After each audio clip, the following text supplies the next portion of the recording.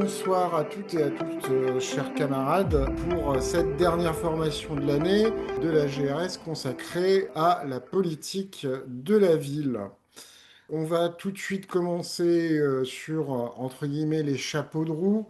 Qu'est-ce que la politique de la ville? La politique de la ville, c'est une politique nationale qui vise au développement des quartiers cumulant des difficultés de tous ordres, sociales, économiques, scolaires, accès aux droits, etc.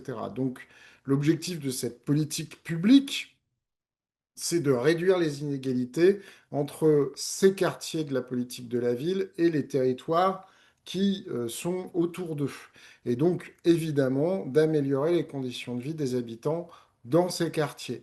Alors, la politique de la ville, j'y reviendrai à plusieurs reprises dans mon intervention. Elle ne se limite pas aux crédits qui, dans le budget de l'État, sont appelés politique de la ville. Elle est censée mobiliser l'ensemble des politiques de droit commun et les financements qui sont associés dans ces quartiers prioritaires. Et ce qu'on appelle les crédits politiques de la ville, les crédits spécifiques, ils sont là pour renforcer le déploiement de ces politiques publiques. Depuis le 1er janvier 2020, c'est l'Agence nationale de cohésion des territoires, l'ANCT, qui a pris le relais du Commissariat général à l'égalité des territoires, qui était la structure antérieure, en tout cas pour la politique de la ville, et qui, sous la tutelle, pour cette partie-là de l'action publique, sous la tutelle du ministère de la Ville, est chargé de la conception et de la mise en œuvre de la politique de la ville.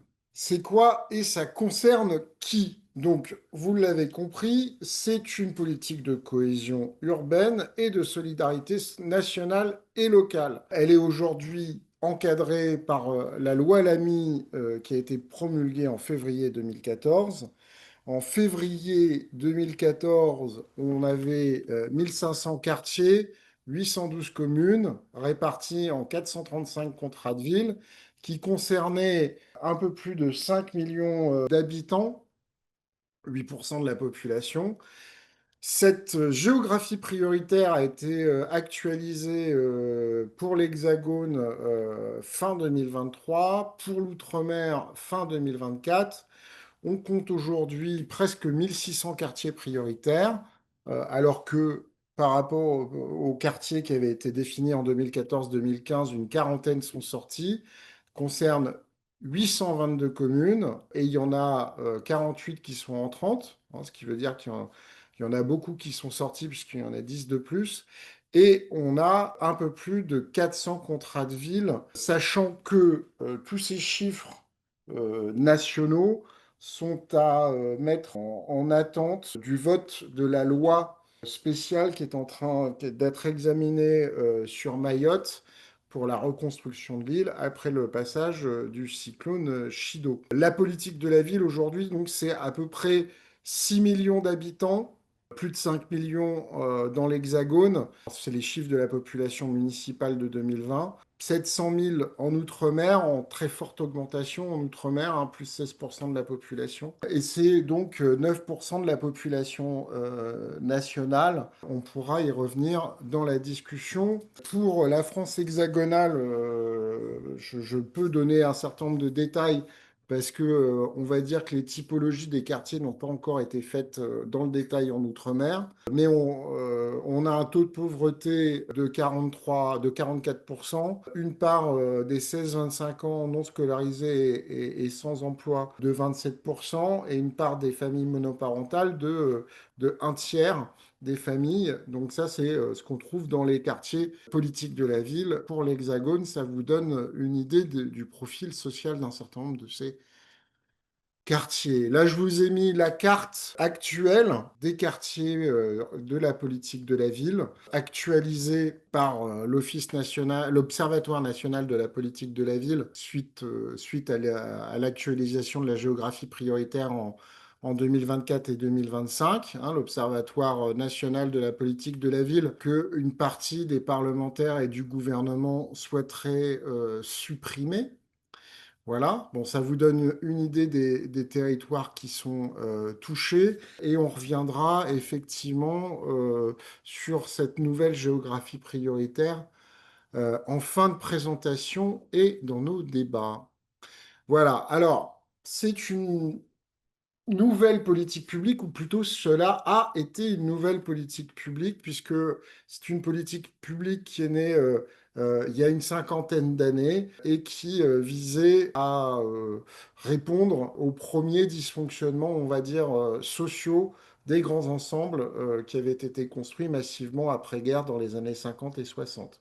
Donc la politique de la ville, elle émerge dans les années 70, prise de conscience des pouvoirs publics dans ces quartiers des grands ensembles, habitat social, mais pas forcément que habitat social. Tout de suite, on a eu une articulation, évidemment, entre les problématiques sociales et les enjeux liés à l'habitat. Et pendant longtemps, d'ailleurs, on a eu le prisme de la question de l'urbanisme et de l'habitat qui a été le prisme on va dire, dominant. Et c'est toujours en partie le cas. On pourra y revenir dans la discussion tout à l'heure. Évidemment, la politique de la ville a développé ses champs dans d'autres directions.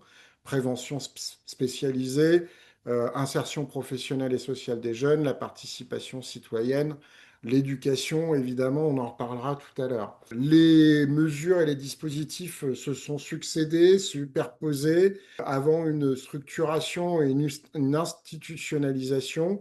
On va dire que les gouvernements qui ont pu succéder dans les années 90, 2000, 2010, ils sont chacun allés de leur idée plus ou moins nouvelle, plus ou moins innovante, plus ou moins géniale, et surtout avec des moments d'accélération quand on a eu des épisodes de violence urbaine. On pense notamment à ce qu'on a appelé l'été chaud des Minguettes en 81 ou évidemment les émeutes urbaines de 2005. Donc, c'est une politique qui est initiée par l'État, mais elle a émergé fortement à partir des années 80, même si je l'ai daté du milieu des années 70 et au début des années 80, avec les gouvernements de Pierre Mauroy, on invente, ou plutôt on met en œuvre la décentralisation. Donc cette politique de la ville, elle est contemporaine du rôle essentiel qui est reconnu aux élus locaux, aux collectivités, et elle va se structurer en prenant en compte cette logique nécessaire de partenariat avec le terrain et de co-construction avec les collectivités. Dès son origine, elle a été extrêmement critiquée, débattue, de manière parfois assez virulente sur ses méthodes, ses finalités, ses résultats, ce qui fait que c'est aujourd'hui la politique publique la plus évaluée et je dirais la mieux évaluée. C'est-à-dire que si on s'en tient en tout cas au crédit spécifique de la politique de la ville, on est à peu près capable de dire partout quel argent on a mis où et à peu près pourquoi.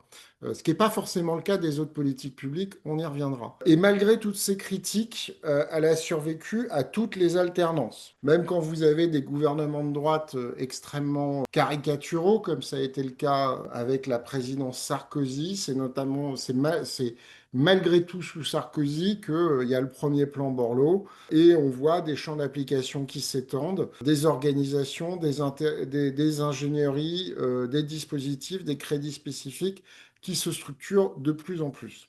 Alors, les moyens publics, ils ne sont pas négligeables. Mais je vous ai mis en bas de la diapositive l'état des crédits ces dernières années.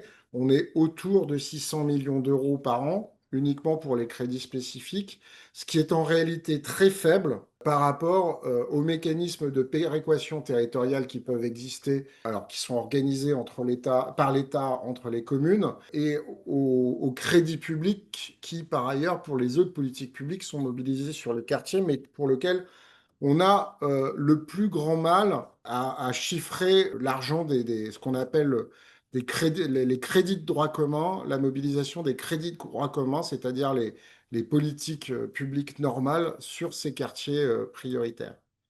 Alors là, je vous ai fait une petite frise qui permet de se redonner une idée de l'évolution historique de la politique de la ville. et qui, de manière provocatrice, j'ai intitulé cette frise en 3 diapositives. Non, la politique de la ville n'a pas commencé avec Jean-Louis Borloo, parce que, bon, grosso modo, aujourd'hui, c'est peut-être parce que c'est le dernier qui a marqué, qui est encore vraiment vivant et qui apparaît régulièrement comme référence, mais il y a quand même énormément de choses qui ont été mises en place bien avant l'apparition de Jean-Louis Borloo sur ces dossiers. Donc, vous voyez l'émergence progressive depuis le milieu et la fin des années 70. Les rapports fondateurs que sont les rapports Schwartz, Bonne Maison, Dupedou et le rapport banlieue 89, tout ça se fait au début des années 80, qui débouche sur les conventions de développement social des quartiers, les premières mises en place de l'éducation prioritaire, la création d'un comité interministériel des villes, la délégation interministérielle des villes, le Conseil national des villes, qui sont tout à la fois des structures qui permettent de coordonner l'action de l'État et l'action publique en général en direction des quartiers défavorisés et qui permettent aussi d'organiser la concertation avec les élus locaux et les acteurs de la société civile. Et bien entendu, puisque on a des sujets sur les questions économiques, les questions de prévention, de violence, l'emploi des jeunes avec les missions locales, c'est là aussi que ça commence à apparaître. Les conseils communaux de prévention de la délinquance, c'est aussi dans les années 80 que ça apparaît. Dans les années 90, on crée les premiers sous-préfets villes. On a un certain nombre de lois, comme la loi d'orientation pour l'aménagement et le développement du territoire, le pacte de relance pour la ville en 96, qui débouche sur les premiers zonages type zone urbaine sensible, avec des moyens humains qui sont dégagés petit à petit comme les délégués de l'État. Pourquoi j'ai mis la loi SRU? C'est pour rappeler cette question importante de l'habitat et de la volonté de répartir l'effort social en termes de logement. Le fait aussi avec la loi Ville de 2003, on crée l'Observatoire national des zones urbaines sensibles, qui est l'ancêtre de l'Observatoire national de la politique de la ville.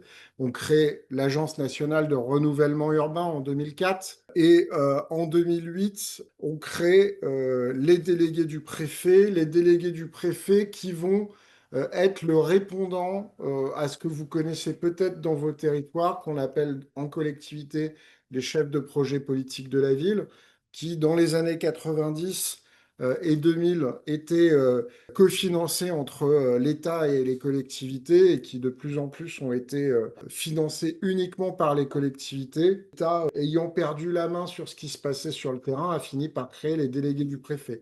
Mais les délégués du préfet, il y en a, allez, au départ, il y avait l'ambition de créer 300 postes de délégués du préfet. Vous avez vu ce que je vous ai indiqué en termes de cartographie des zonages prioritaires. Vous avez plus de 400 contrats de ville, vous avez plus de 1500 quartiers prioritaires. Vous n'avez pas un délégué du préfet par contrat de ville et encore moins par quartier prioritaire. Donc c'est uniquement sur les territoires les plus importants. On pourra revenir dessus.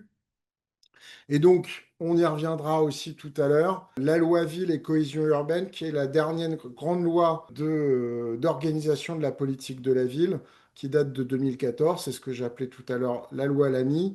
Et depuis, en fait, on a beaucoup moins de structuration.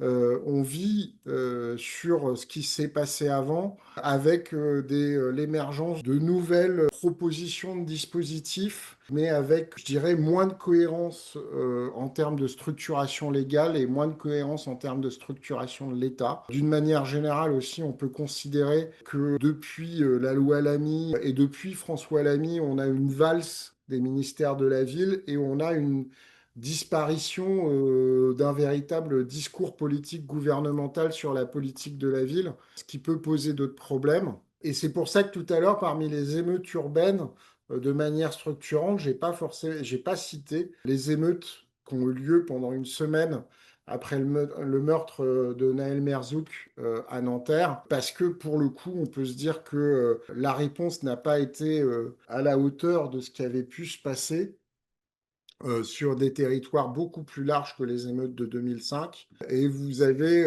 différentes décisions qui, en fait, se lancent dans la continuité de ce qui a été fait avant. On actualise la géographie prioritaire, on ne change pas vraiment le discours ni les moyens, et on a des CIV qui soit sont suivis, les CIV des comités interministériels de la ville, qui soit sont suivis derrière d'une réunion, c'est la fameuse conférence d'Elisabeth Borne quelques jours plus tard à la Sorbonne, qui est à peu près le seul truc dont on a retenu après Chanteloup, où on met l'accent essentiellement sur les mesures sécuritaires. Et puis on a eu un comité interministériel de la ville début juin à Montpellier. C'était tellement intéressant que la presse n'en a pas dit grand-chose. Et la seule annonce qu'on retient de ce mois de juin, c'est lors des journées nationales de l'ANRU à la mi-juin, l'annonce d'une mission de préfiguration d'un ANRU 3, donc après 2030. Voilà. Alors, l'organisation et les financements de la politique de la ville. Je vous ai mis comment ça fonctionne aujourd'hui. C'est pas simple.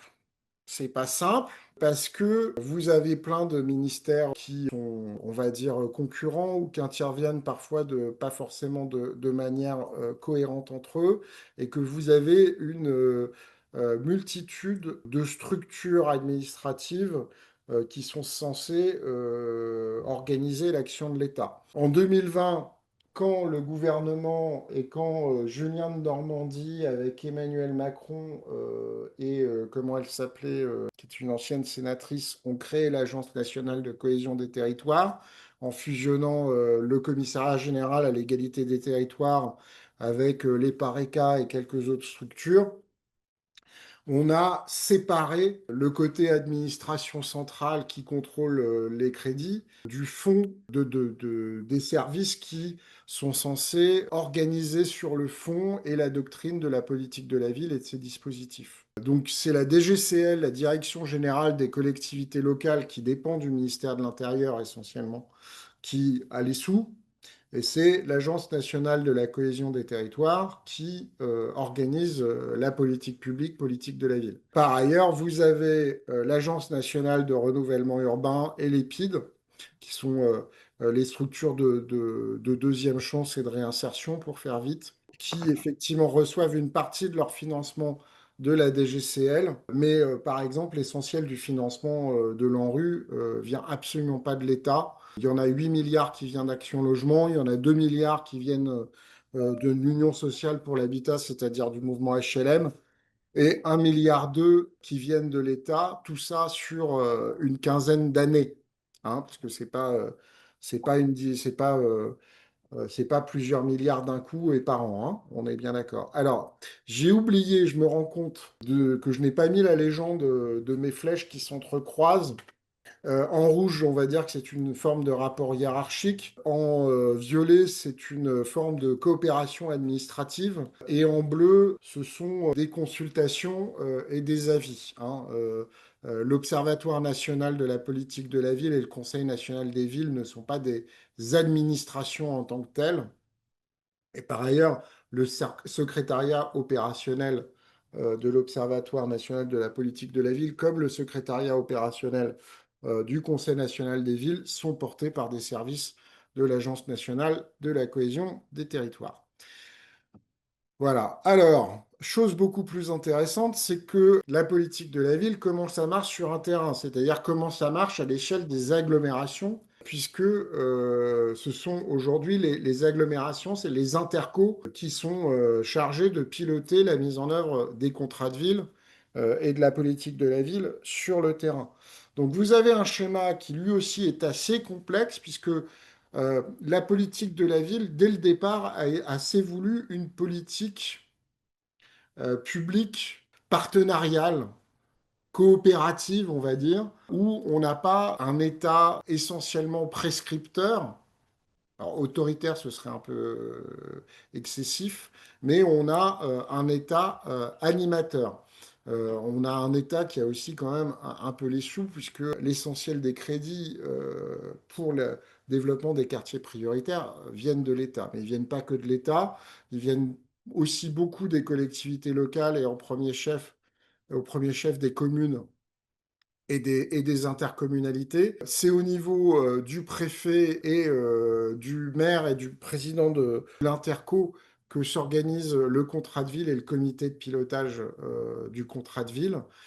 Et vous avez tous ces acteurs qui peuvent intervenir, sachant que selon les départements et selon les régions, les services politiques de la ville, de l'État, sont soit organisés au niveau régional, au niveau du secrétariat général aux affaires régionales ou au niveau des DRETS. Et au niveau des départements, c'est soit au niveau de la préfecture, soit au niveau des services politiques de la ville qui peuvent exister dans les services déconcentrés de l'État que sont notamment les DETS. Vous avez d'autres acteurs institutionnels qui peuvent être mis à contribution, hein. J'avais parlé tout à l'heure des missions locales, mais aujourd'hui, vous avez évidemment France Travail qui a pris le relais de Pôle emploi. C'est pas forcément très simple. Vous avez les bailleurs sociaux, les chambres consulaires, les organismes de protection sociale, hein, la CAF, les caisses primaires d'assurance maladie. Et vous avez la société civile avec les associations, les entreprises qui peuvent être également associées. Tout ça devant se faire en co-construction. L'élaboration d'un contrat de ville notamment est censée rassembler les avis de tous ces partenaires potentiels au service des habitants, sachant que la participation des habitants et l'avis des habitants est de plus en plus mise en avant d'un point de vue de la doctrine. En réalité, dans la façon dont ça se passe sur le terrain, on pourra en rediscuter, c'est pas forcément toujours évident. Mais pour le coup, il y a de plus en plus de structuration, que ce soit d'un point de vue associatif ou de conseils citoyens dans les quartiers prioritaires, qui s'organisent et qui survivent petit à petit, sachant que c'est pas simple, puisque mettez-vous à la place d'un maire, créer un conseil citoyen sur un quartier prioritaire, ce qui est obligatoire. C'est la crainte que ce soit un jour noyauté par des opposants municipaux, ce qui est évidemment la pire des craintes d'un édile local.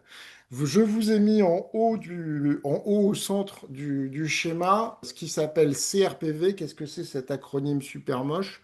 Ce sont les centres de ressources de la politique de la ville, qui sont des structures autonomes labellisées par l'État, aujourd'hui labellisées par l'Agence nationale de cohésion des territoires, sont des structures où vous avez des équipes de professionnels, pluridisciplinaires souvent, qui viennent en accompagnement et en soutien à l'ensemble de ces partenaires qui sont listés sur ce schéma très compliqué, qui font vivre la politique de la ville. On reparlera des centres de ressources tout à l'heure.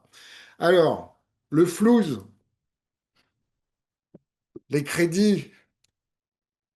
Alors, les crédits de droit commun, j'en ai parlé tout à l'heure, c'est tout ce qu'on met en place sur les quartiers prioritaires et qui existe de toute façon en matière de politique publique, éducation, logement, sécurité, emploi, etc., etc., culture, tout ce que vous voulez, qui est mis en place par l'État, les collectivités territoriales, donc l'action publique en général, sur les différents champs de compétences possibles. Alors, impossible à estimer. J'ai ajouté, entre parenthèses, surtout parce qu'il n'y a pas de volonté de le faire. On y reviendra tout à l'heure.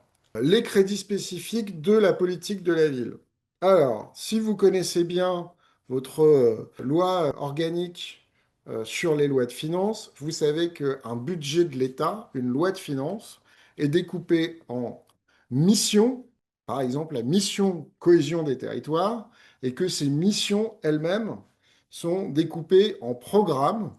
Dans la mission cohésion des territoires, vous avez le programme logement, vous avez le programme hébergement d'urgence et vous avez le programme politique de la ville, le programme 147. C'est tout ce qui rassemble les subventions d'équipement et de fonctionnement qui finance la politique de la ville sur le terrain. Et pour 2025, à la fin, effectivement, vous avez en réalité 1,5 à 2 milliards d'euros qui sont mobilisés pour le renouvellement urbain, mais dont 50 millions seulement sont apportés sur le budget de l'État. Et l'Agence nationale de renouvellement urbain et les différents partenaires qui la composent réclament que cette participation de l'État monte annuellement à 270 millions.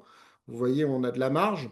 Et donc, sur les 600 millions que je vous disais du programme 147, il reste 550 millions de crédits spécifiques pour faire vite pour toutes les actions de cohésion sociale, c'est-à-dire de politique de la ville sur le terrain qui ne relèvent pas directement des projets de renouvellement urbain.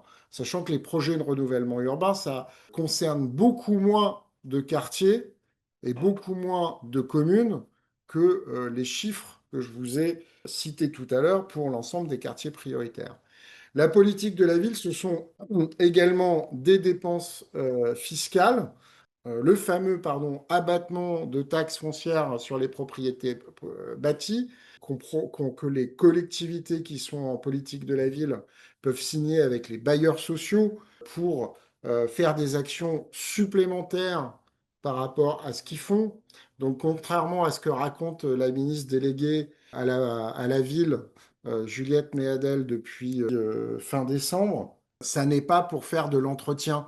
L'entretien, c'est la tâche normale d'un bailleur social. Éventuellement, on peut dire que l'abattement de TFPB, il peut servir à faire du surentretien. Mais normalement, ça doit servir à faire des opérations de cohésion sociale avec les habitants de la résidence ou de la cité. Ça doit servir à faire de la résidentialisation, etc., etc., hein. Rien à voir avec l'entretien des résidences HLM. Vous avez aussi les exonérations de cotisations foncières entreprises en ZFU, etc. Tout ça, ça coûte 1,5 à 2 milliards d'euros à l'État en dépenses fiscales. Sachant que sur l'abattement de TFPB, 30% d'abattement, c'est ce qui ne rentre pas dans les caisses de la collectivité qui signe la convention avec son bailleur social. Donc il y en a certaines qui font leur compte de savoir si vraiment c'est intéressant d'être en politique de la ville parce qu'ils perdent des recettes fiscales. Pourquoi ils perdent des recettes fiscales? Parce que cet abattement de TFPB, il ne leur est pas, et de très loin, remboursé intégralement par l'État aux collectivités. Voilà. Bon, vous avez des prêts bonifiés par l'État et vous avez ce qu'on appelle les dotations de péréquation verticale, dotations de solidarité urbaine, dotations politiques de la ville qui sont versées par l'État aux communes. Alors la dotation politique de la ville, c'est plutôt pour faire de l'investissement. La dotation de solidarité urbaine, on est plutôt sur de la subvention de politique publique en général des collectivités, pas forcément pour des actions supplémentaires ou spécifiques ou dérogatoires au droit commun. Et là, c'est effectivement plus important. Donc ça, ce sont les financements de la politique de la ville. Alors aujourd'hui, c'est quoi la politique de la ville? Je vous ai dit, aujourd'hui, la politique de la ville est toujours, 11 ans après, elle est encadrée par la loi Lamy, c'est-à-dire la loi qu'avait portée François Lamy quand il était ministre de la Ville entre 2012 et 2015, sous le quinquennat de François Hollande, et qui concerne tous les territoires dépendants de la République française, sauf la Nouvelle-Calédonie et Wallis et Futuna. Donc, les principaux changements de 2014-2015, c'est qu'on a eu un resserrement de la géographie prioritaire. Il y avait beaucoup plus de quartiers qui étaient visés, que ce soit zones urbaines sensibles ou d'autres types de zonage qui étaient concernés par la politique de la ville avant la loi Lamy. L'objectif, c'était de concentrer les crédits de la politique de la ville sur les quartiers qui étaient les plus concernés par les problématiques. Le contrat de ville qui, en 2015, succède à un type de contrat à peu près équivalent qui avait été renommé sous Jean-Louis Borloo, contrat urbain de cohésion sociale. Le contrat de ville s'organise autour de trois piliers, social, urbain et économique. Ces piliers ont disparu en 2024. Ce qui change aussi, c'est que le pilotage du contrat de ville se fait à l'échelle intercommunale. Avant, les CUX et les contrats de ville qu'il y avait avant les CUX, les CUC, c'est le contrat urbain de cohésion sociale version Borloo, se faisait au niveau de la commune. L'échelle communale est restée prioritaire en Outre-mer pour des raisons de rapport de force politique. Et enfin, la loi Lamy, elle met l'accent sur la participation des habitants à l'élaboration des actions de la politique de la ville et rend obligatoire, et c'est toujours le cas, la création d'un conseil citoyen par quartier prioritaire. Alors, un quartier prioritaire, comment on le détermine? Comment ça a été déterminé? Parce qu'on a réduit les territoires concernés par rapport au zonage qui précédait 2014-2015, mais on a essayé de donner des critères théoriquement rationnels. Et donc, les critères sont ceux que j'ai mis en bas, qui sont essentiellement des critères fondés sur un rapport de taux de pauvreté, on va dire, par rapport à l'aire urbaine auquel le quartier appartient. Hein, c'est calculé par rapport à l'aire urbaine.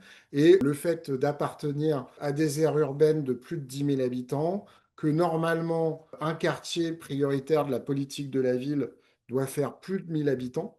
Donc, ce qui veut dire que pour certains quartiers, quand on a mis à jour la politique de la ville l'année dernière, s'il y a eu une perte de population et qu'ils sont passés sous la barre des 1000 habitants, ils ne sont plus, ils ont été retirés de la politique de la ville, on pourra en rediscuter tout à l'heure. Alors, sauf en Polynésie, où vous avez des micro-quartiers prioritaires de la politique de la ville. Et voilà en fait les critères. Alors, bien entendu, ne nous le cachons pas, dans un certain nombre de territoires, il y a eu des négociations politiques pour des territoires borderline au regard des critères. Mais fondamentalement, on a vendu la diminution des territoires concernés par la politique de la ville par une méthode plus rationnelle qui a été globalement respectée et qui a fait que certains territoires qui, par représentation sociale ou géographique, ne paraissaient pas appartenir à la politique de la ville dans l'esprit de la majorité de la population et des responsables politiques, sont rentrés dans la politique de la ville. Je me souviens qu'au moment de la loi Lamy, on a beaucoup communiqué sur le fait qu'un quartier de Auch, dans le Gers, qui n'est pas spontanément un département où on pense qu'il va y avoir des quartiers politiques de la ville, est rentré dans la politique de la ville en 2015. Et récemment, c'est-à-dire fin 2023, avec l'actualisation de la géographie prioritaire dans l'Hexagone, un quartier de Mende, donc préfecture de la Lozère, est entré dans la politique de la ville. Et c'est d'ailleurs la photo que je vous ai mis sur la diapositive suivante. Voilà. Donc, je rentre un peu plus dans les détails sur l'organisation, sur cette diapositive, de la structuration du contrat de ville autour de ces trois axes prioritaires qui avaient été fixés en 2014, les trois piliers, hein, la cohésion sociale, mesures de soutien aux associations, aux équipements sociaux, culturels, sportifs, qui visent à favoriser le lien social sur le territoire, le renouvellement et le cadre de vie, réhabilitation de logements sociaux, soutien aux copros, à l'accession à la propriété, réalisation d'équipements collectifs, etc., développement de l'attractivité des quartiers et le développement économique et l'emploi pour favoriser l'insertion professionnelle des habitants des quartiers prioritaires. Sauf que quand en 2015, on voulait faire du contrat de ville le contrat qui finalement permettait d'organiser l'action des pouvoirs publics et de leurs partenaires sur les quartiers prioritaires pour améliorer la situation, les ramener dans la moyenne et améliorer la vie des habitants de ces quartiers, on a finalement petit à petit créé tout un tas de contrats à part qui se sont rajoutés. Je pense aux cités éducatives, je pense aux cités de l'emploi, je pense aux contrats de relance et de transition écologique qui ne concerne pas d'ailleurs que les quartiers politiques de la ville, hein, ça concerne à peu près tous les territoires, bon, en tout cas ça peut concerner tous les territoires, qui ont pu s'ajouter par ailleurs à d'autres dispositifs, je pense pour les cités éducatives, ils n'ont pas remplacé les dispositifs de réussite éducative qui pouvaient exister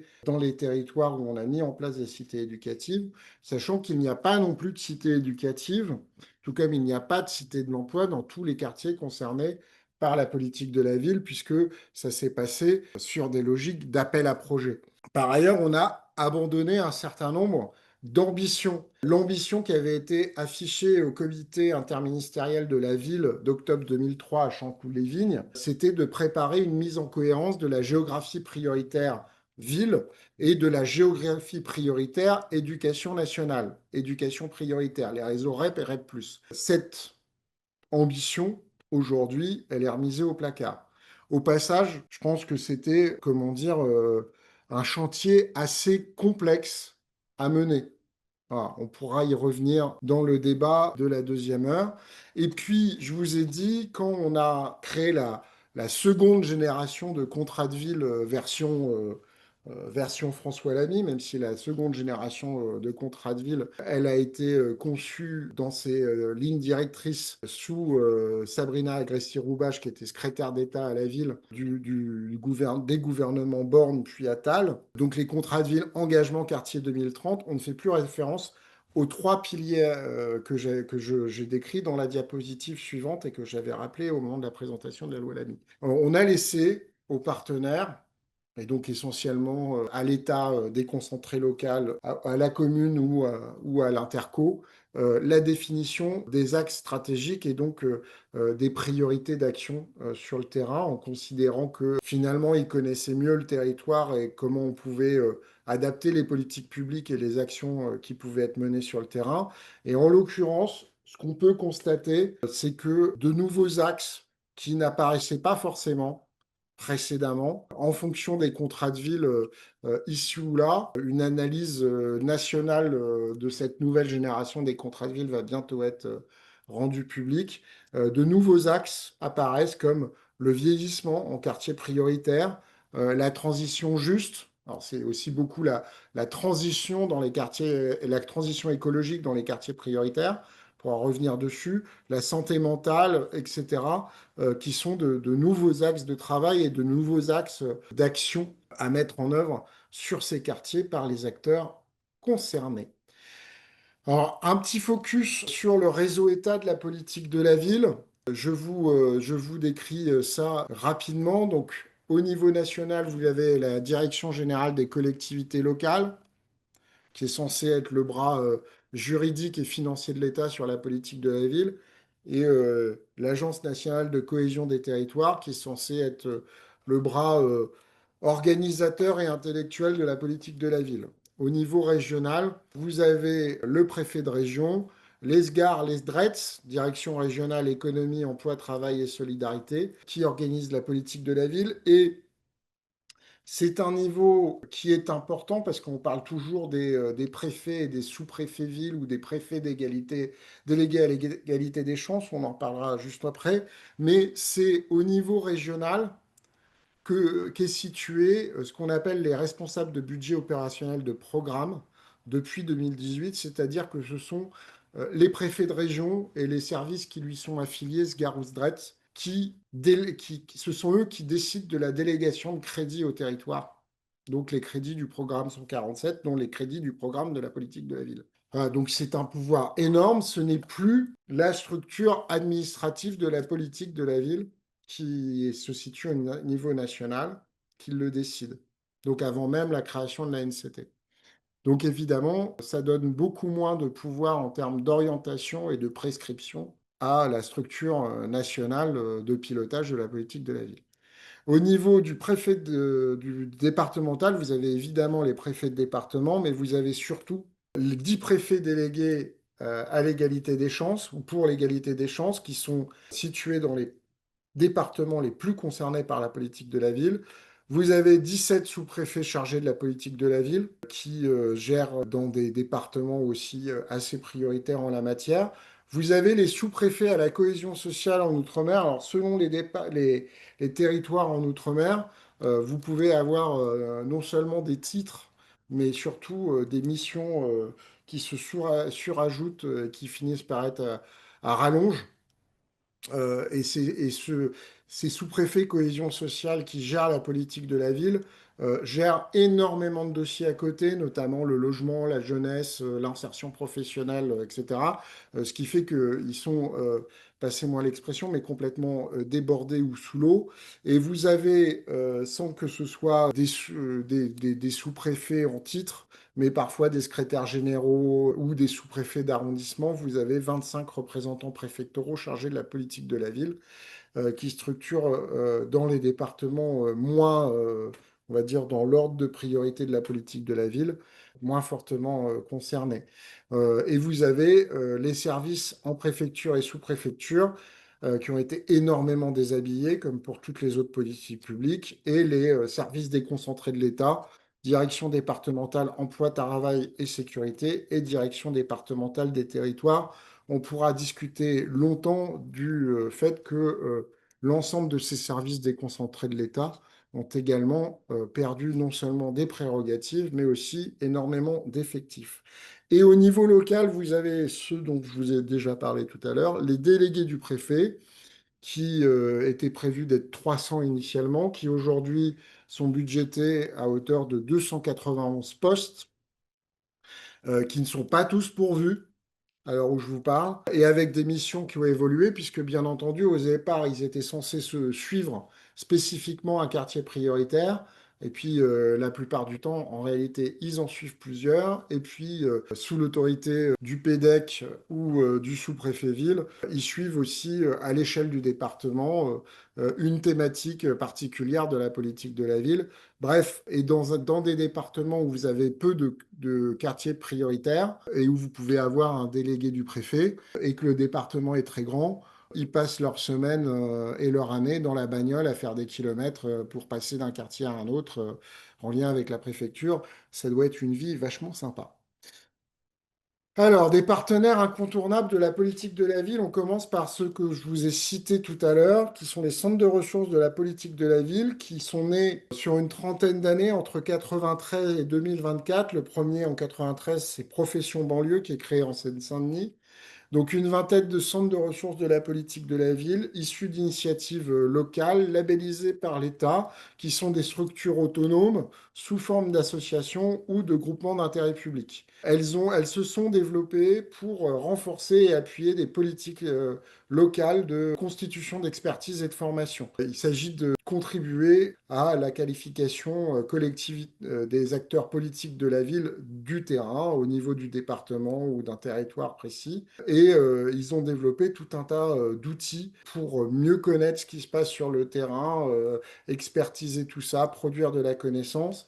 Et ils s'adressent à tous les acteurs de la politique de la ville dans leur dispositif, dans leur diversité, les chefs de projet politique de la ville, les agents des services de l'État et des collectivités locales en général, les agents de divers organismes publics, les élus locaux, les responsables associatifs, les membres des conseils citoyens ou des collectifs citoyens qui sont associés, etc., etc. Et enfin, ils permettent une confrontation entre acteurs de terrain et chercheurs. Je vous ai mis les définitions des missions SOC pour lesquelles ils sont subventionnés pour une part importante de leur activité sur le programme 147 à l'échelle régionale. Et avec le QR code, vous pourrez accéder à la page du réseau national des centres de ressources de la politique de la ville pour avoir la liste par les régions. Et là, vous avez une petite carte où je vous ai situé les différents centres de ressources de la politique de la ville en fonction de leur localisation. Ils sont essentiellement répartis à l'échelle régionale, avec quelques exceptions. Réseauville est à cheval entre la Bretagne et les Pays de la Loire. L'Occitanie, vous avez deux centres de ressources qui ont survécu à la fusion des deux régions Midi-Pyrénées et Languedoc-Roussillon. Et en Île-de-France, vous avez trois centres de ressources politiques de la ville pour la Seine-Saint-Denis, pour l'Île-de-France Ouest et pour l'Île-de-France Sud-Est. Et vous avez quasiment un centre de ressources par territoire en Outre-mer. Les trois territoires concernés par la loi Lamy qui n'ont pas de centre de ressources aujourd'hui sont la Corse, la partie française de l'île de Saint-Martin et la Polynésie française. D'autres partenaires essentiels de la politique de la ville, ce sont les associations professionnelles des collectivités. Tout d'abord, l'interréseau des professionnels du développement social urbain, qui en fait, c'est le réseau des réseaux régionaux de professionnels, c'est-à-dire des chefs de projet politique de la ville. Et vous avez Amadeus, qui est le réseau des directeurs de la cohésion sociale des métropoles et des agglomérations, qui sont en général des DGA de métropole ou des directeurs d'énormes services d'agglomération ou de métropole, qui ne sont pas directement, comme les chefs de projet politique de la ville, dans les mains dans le cambouis de la politique de la ville, mais qui ont une vision structurante de l'action publique et qui sont capables de mettre en lien cette action avec l'ensemble des politiques publiques territoriales de leur collectivité et de leurs intercos concernés. Et cette mise en réseau leur permet de produire des réflexions qui peuvent fortement aider les professionnels sur le terrain et en retour, l'État qui les consulte, évidemment. L'action publique dans les QPV. Dans les QPV, pourquoi je dis ça, ou plutôt le défaut d'action publique dans les QPV, il n'y a pas que les revenus qui sont en difficulté, il n'y a pas que le niveau de revenu qui d'ailleurs permet de définir les QPV. Les QPV, la population y est en moyenne plus pauvre que dans l'aire urbaine à laquelle ils appartiennent, mais c'est là aussi qu'on a les territoires où sont concentrés les problèmes de qualité de logement. C'est là aussi où on a le moins de services publics ou le moins de services tout court, y compris privés, ou moins présents, insuffisants, surtout par rapport à des problématiques sociales qui sont plus importantes qu'ailleurs. On a notamment le rapport de Stéphane Peu qui a été actualisé depuis, qui a établi qu'un enfant de Seine-Saint-Denis, en moyenne, perdait 1 an de scolarité sur tout son parcours scolaire, c'est-à-dire de la maternelle au bac, par défaillance de services publics, un non-remplacement des profs, et j'en passe. C'est aussi dans les QPV où on a le moins d'emplois ou moins d'emplois accessibles, et c'est aussi dans les QPV où on a le plus de problèmes de desserte en transport public ou collectif. Les habitants de ces quartiers prioritaires, ils y sont évidemment pour rien. Cela vient de retard et d'erreurs accumulées depuis au moins 70 ans. Et la politique de la ville, elle est là pour aider à rattraper le retard accumulé, mais évidemment, ce n'est pas les petits 600 millions d'euros par an qui vous permettent de rattraper les 70 ans de conneries et de mauvais choix qui ont été faits. Et donc, cela revient à poser la question d'une forme de ségrégation territoriale et sociale qui est entretenue par une moindre mobilisation des pouvoirs publics, État comme collectivité. Alors, quand je dis entretenue par une moindre mobilisation des pouvoirs publics, je ne dis pas qu'il y a une volonté des pouvoirs publics d'entretenir cette situation. L'existence même de la politique de la ville dirait le contraire, mais considérons que ce soit en crédit spécifique ou en crédit de droit commun, l'effort n'est pas au niveau du défi ou de l'enjeu. Une des questions qui est posée, c'est est-ce que les quartiers prioritaires, les quartiers concernés pour la politique de la ville, ceux qui étaient avant la loi Lamy, ceux qui étaient après la loi Lamy, ceux qui sont aujourd'hui ciblés par la politique de la ville après l'actualisation de la géographie prioritaire, sont des quartiers SAS, c'est-à-dire des quartiers où on entre et on sort, ou est-ce que ce sont des quartiers NAS, c'est-à-dire est-ce que quand vous arrivez dans un quartier prioritaire qui vous fait pas rêver, pour faire vite, je caricature, tout ça, ce sont des représentations. Vous allez y rester coincé toute votre vie. En l'occurrence, ce travail d'analyse des trajectoires résidentielles des habitants des quartiers, il a été mené par l'INSEE et en fait, on voit que les habitants des quartiers prioritaires déménagent beaucoup plus souvent que les autres. Sauf évidemment les plus jeunes. Et cette moindre mobilité des jeunes en quartier prioritaire s'explique par une décohabitation familiale plus tardive et une insertion plus difficile sur le marché du travail. Cette insertion plus difficile sur le marché du travail, expliquant aussi très largement, mais pas que, cette décohabitation familiale plus tardive. Donc, est-ce que c'est un SAS ou est-ce que c'est une NAS? On a encore aujourd'hui des études de trajectoire résidentielle qui sont menées notamment par des CRPV, et notamment en Occitanie, pour encore préciser cette analyse, de savoir, une fois qu'un habitant de quartier prioritaire déménage, où est-ce qu'il va? Est-ce qu'il déménage dans le quartier? Est-ce qu'il déménage dans un autre quartier prioritaire, un peu plus loin, ou dans une autre région et il a tiré dans un autre quartier prioritaire? Ou est-ce qu'il sort des quartiers prioritaires?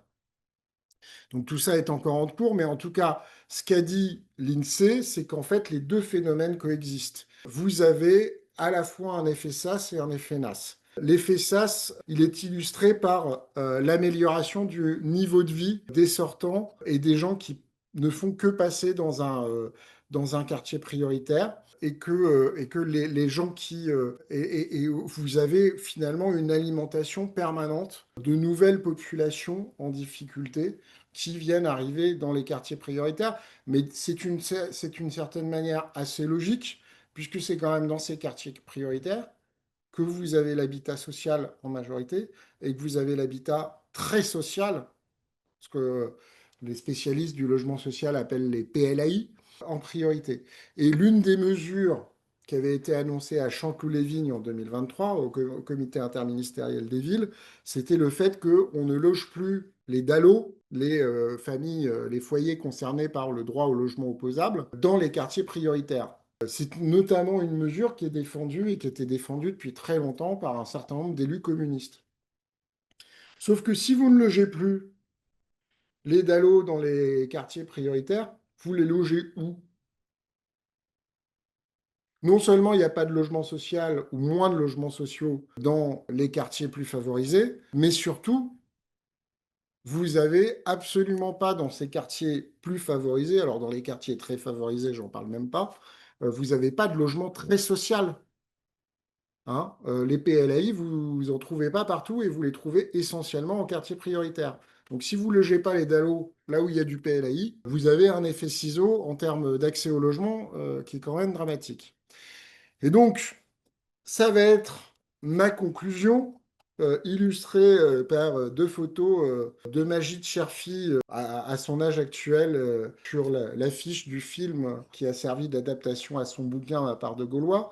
C'est qu'en fait, les quartiers prioritaires, les quartiers populaires en général, sont en réalité des quartiers finalement plus républicains que les autres, alors qu'ils sont stigmatisés fortement dans le discours public. C'est là où vous auriez tous les islamistes, tous les séparatismes, tous les délinquants et tous les gens qui ne veulent pas s'en sortir et qui seraient désassistés.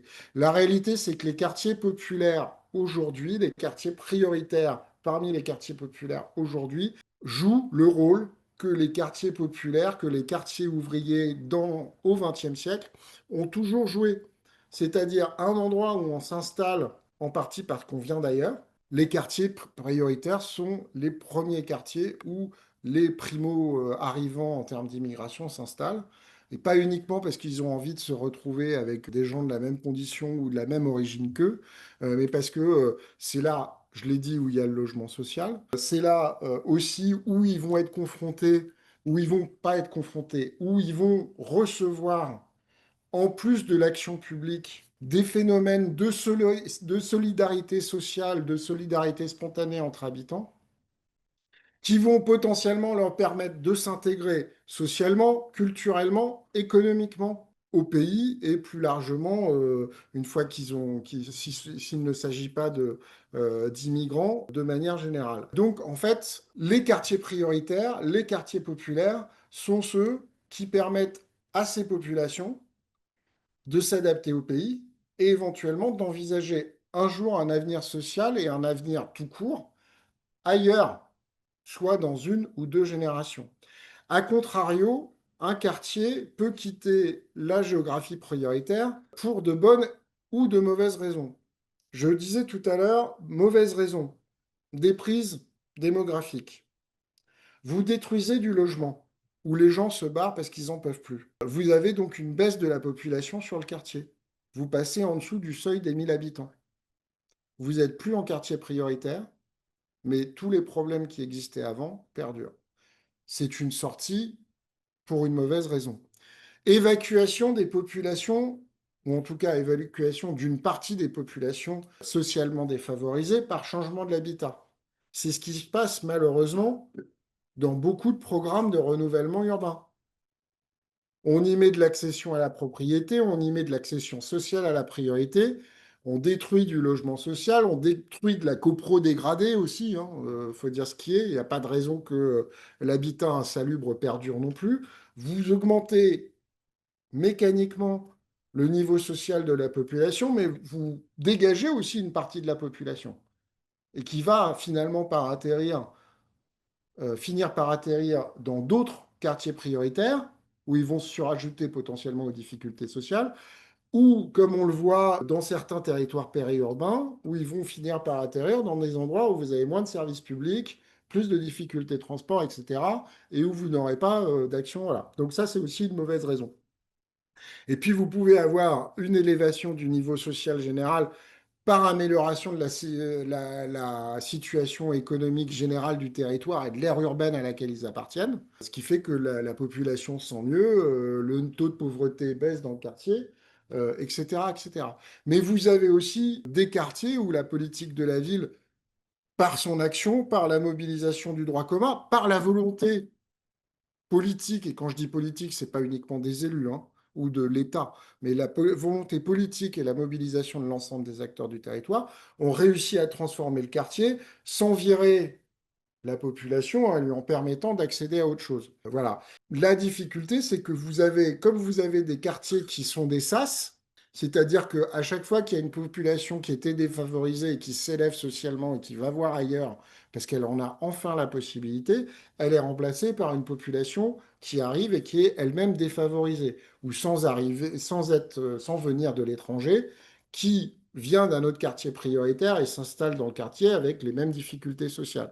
Donc vous aurez évidemment des maires, des intercos qui vont être consacrés, confrontés durablement à des quartiers politiques de la ville, des quartiers populaires, qui vont, et pour de nombreuses décennies encore vraisemblablement, être des quartiers où vous allez avoir des difficultés sociales. Mais ça ne veut pas dire que ces difficultés sociales veut dire que c'est totalement invivable, qu'il n'y a pas de solidarité, qu'il n'y a rien à y faire. Raison de plus pour soutenir fortement ces villes et ces quartiers qui finalement font le boulot d'intégration républicaine qui profite à l'ensemble de notre pays, même si je conçois que ce discours et cette conclusion positive peut en surprendre plus d'un, mais nous allons pouvoir en discuter maintenant, chers camarades.